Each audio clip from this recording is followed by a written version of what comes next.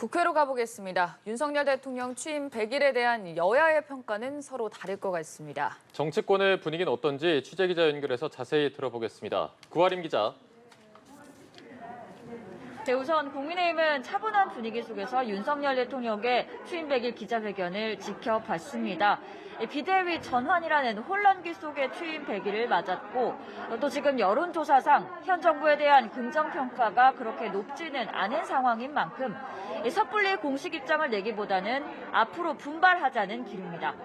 권성동 원내대표는 입장문을 내고 정치 갈등에 가려져 있었던 정책 성과를 국민들께 잘 설명한 자리였다며 민간 주도의 경제 구조 개편, 또 한미 동맹 강화, 산업 지원 등 성과가 있었다고 평가했습니다. 다선인 김기현 의원도 입장문을 통해 위기의 100일이라는 비판도 겸허히 수용하면서 분발하면 국민께 더 나은 모습을 보여줄 수 있다고 밝혔습니다. 반면 더불어민주당 우상호 비대위원장은 국민들이 100일 평가를 매우 낮게 내리고 있는 점을 무겁게 받아들여야 한다고 했습니다. 오늘 오전 비대위회의에서 새로운 국정운영 기조 발표의 계기가 되기를 바란다며 이같이 말했습니다. 박홍근 원내대표는 100일을 맞아 100점 만점에 20점을 준다고 비판했는데요. 인사와 소통 방식, 경제 등 모든 부분에서 국민은 잘못한다고 심판하고 있다고 말했습니다.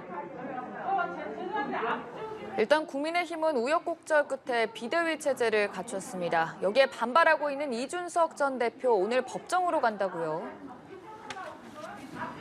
그렇습니다. 이준석 전 대표는 오늘 오후 서울 남부지법으로 가서 주호영 비대위 체제 효력을 정지해달라고 직접 요청할 예정입니다. 자신이 제기한 효력 정지 가처분 신청 재판에 직접 참석하겠다는 겁니다. 이 전 대표 측은 비대위 전환 결정 과정에 절차상 또 내용상의 하자가 있다는 입장입니다.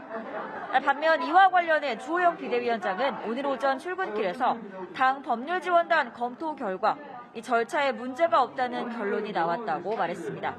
주 위원장과 이 전 대표는 최근 회동을 했지만 접점을 찾지 못한 것으로 알려졌는데요.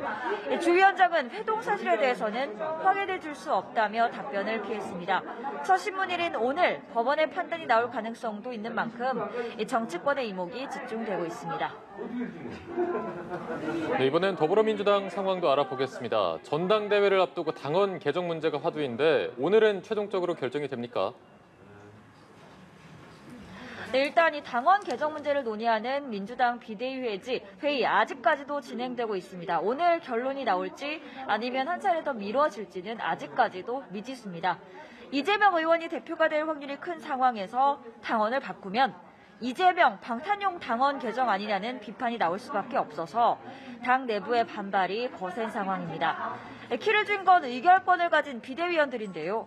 이 비대위원들끼리도 서로 생각이 달라서 당 안팎의 의견을 두루 검토한 뒤에 최종 결론을 내릴 것으로 보입니다.